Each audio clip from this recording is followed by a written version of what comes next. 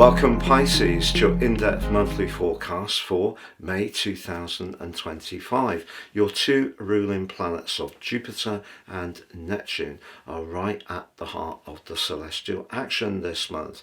Jupiter is very close to the moon at the very start of the month in your fourth house. That's very much about where we want to feel comfortable, secure and safe. Can also be around our home and family life. But they're both aligned in a challenging way to Saturn and the North Node right at the start of the month. In the case of Jupiter and the North Node, that goes on for the whole of the month. So the North Node is kind of guiding us. It's like an instinctive guide, and we're all being asked to be conscious of the value of the qualities of your sign, which is very much about being in touch with how things feel, not necessarily the more tangible side of life. But of course, stern Saturn is very much about those practicalities. So if you do feel a little conflicted right at the start of this month about a family or home issue, it wouldn't be a complete surprise. Also, if you recall, on the 18th of April, Mars, the planet of passion, moved from the charismatic fifth house into the practical sixth, and it's been pushing you since then to perhaps be a little bit more virtuous in terms of your physical well-being. But Pluto is in for a long haul through a very psychological part of your situation. So however much you've been trying to be more efficient and get on the front foot in terms of making your life that much more organised, Pluto in some ways could have been somewhat inhibiting if you feel somewhat bogged down by issues which aren't necessarily so obvious but may be very active deep within your subconscious, which is what the 12th house can be about, and Pluto can be about revelations and changes. But if you have just been feeling a bit unsure about what to do, it may be that that aspect has been part of the equation. But also Saturn, the aforementioned Saturn, had been applying to a whole pack of players in your sign for the whole of April. So you may have experienced April as being quite a frustrating month, but it's not a month that didn't have its moments of progress. And as you start this new month, the Sun, for example, is in the buzzy third house, very interactive, quick communication, may have seen the speed of life pick up. Mercury, the ruler of the third house, is in your second, great for thinking carefully about your resources. But Venus, which rules money, has moved back from your sign into your second house.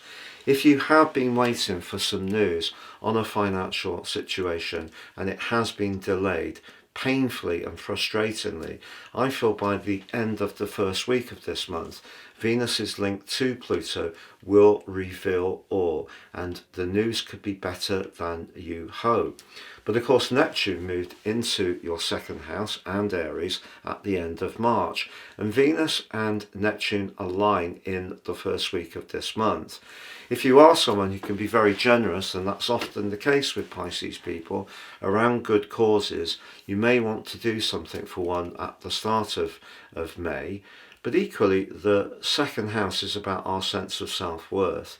And one of the things you could be tempted to do, if you are feeling a bit below par, is hit something that gives you a sense of release. Whether it is the sugar that I go for with my ice cream at night, or it is the chocolates, or it is a glass of wine.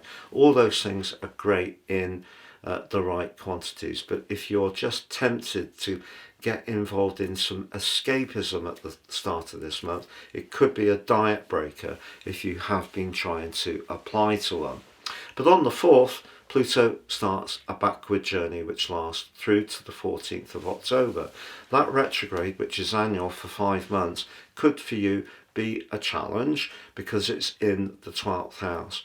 The 12th house could see certain parts through to 243 initially, when Pluto enters your sign briefly, and then further to 244, see parts of your existence as you know it now just falling away. It may be long associations, it could be some interest. It could be a particular role that you've fulfilled for some time. Maybe it could be some friendships, because the 12th house is very much, with Pluto in the mix, about what no longer serves our purpose.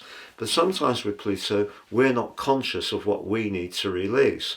But through to the middle of October, you will get a lot more insight into what may need to be let go.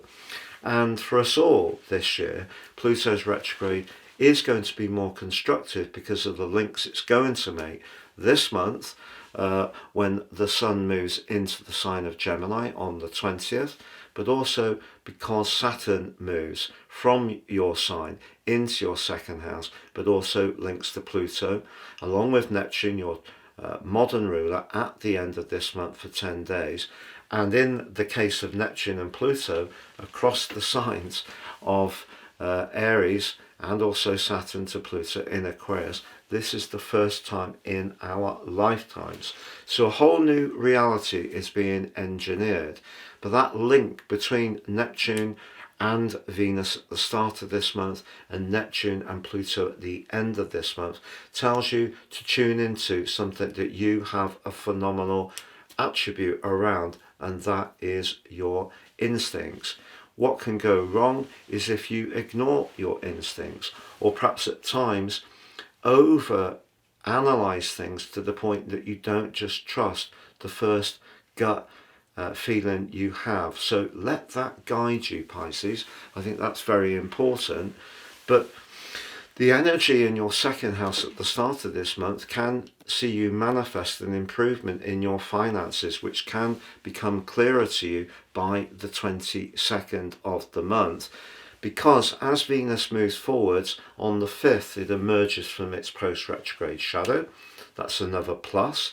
But it's also then going to link with the fiery Mars in Leo. So you've got two fire positions collaborating. Venus can be about relating, desire and money. The second house can certainly have an appreciation of all those. Venus rules it. And Mars in the 6th house can see us particularly industrious. So if you work hard on something you instinctively feel is right, you could see your income or something about your situation build up and make you feel better about your sense of self-worth. But the 10th of this month does see Mercury dart into the sign of Taurus. It joins up with the Sun and the unpredictable energies of Uranus. But Mercury instantly goes into a T-square with that Mars-Pluto opposition. 6, 12, 3. Your thinking could at times be very electric from that point on, but also you could jump to some conclusions, particularly if somebody tells you something. Just be aware that Pluto in the 12th house can see malicious gossip. Mars in the 6th house can see someone being a bit picky and critical and maybe forceful.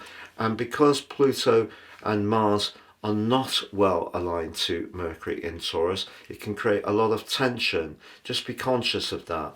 But from the 11th, Venus steps forwards, linking through to Mars, and that continues to build as the month goes on.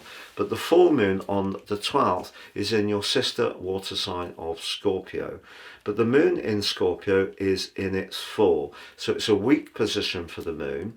But for you, it's the 9th house where you want to escape, be free, travel, but perhaps feel unfettered.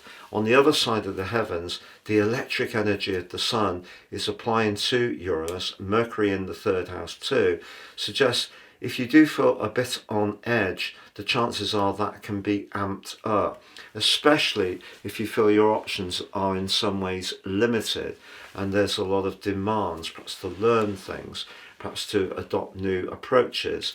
If you're someone who's a little bit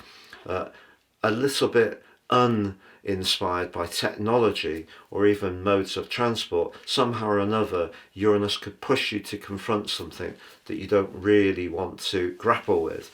There could also be an intense discussion at the heart of this month as well.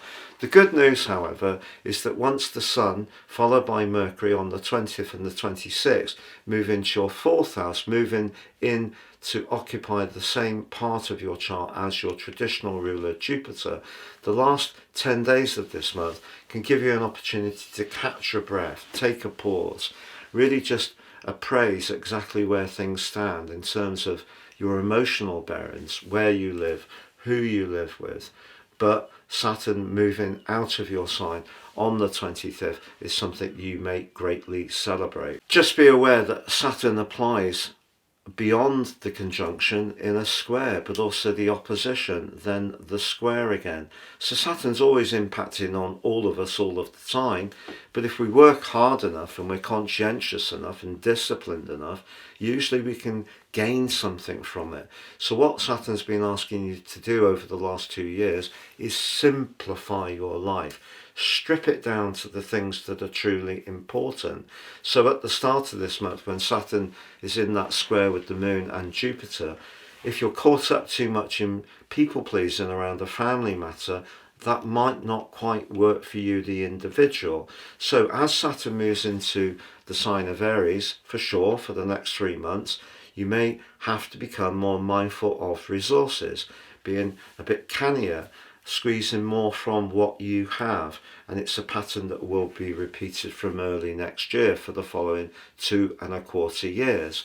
But for now, just celebrate whatever it is you've been building up, because this is a chance to get a firmer foundation.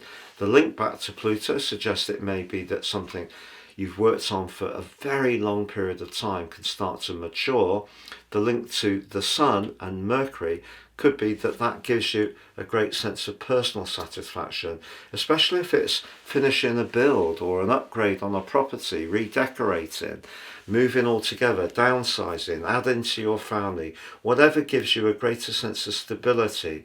The accomplishment that you get towards the end of this month really is worth celebrating in a big way, with the new moon on the 27th, but also the Mercury Cazimi as the month closes.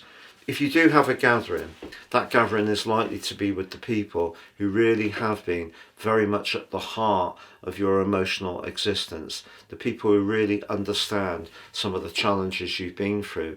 Those solid citizens are not always the most glamorous people, they're the people who are just the most steadfast, and that is another Saturnian message. But the 4th house isn't necessarily very outgoing or dazzling, but it's very satisfying. So what comes to pass at the end of this month, if you get a firmer, more stable position in your home or family life, or your extended family, or you're standing in a place where you feel you're functioning in a way which gives you personal satisfaction, that's something to truly, truly celebrate. Have a great month, Pisces. Good luck and goodbye. Remember to check out my new website, please, at www.patrickarundell.com.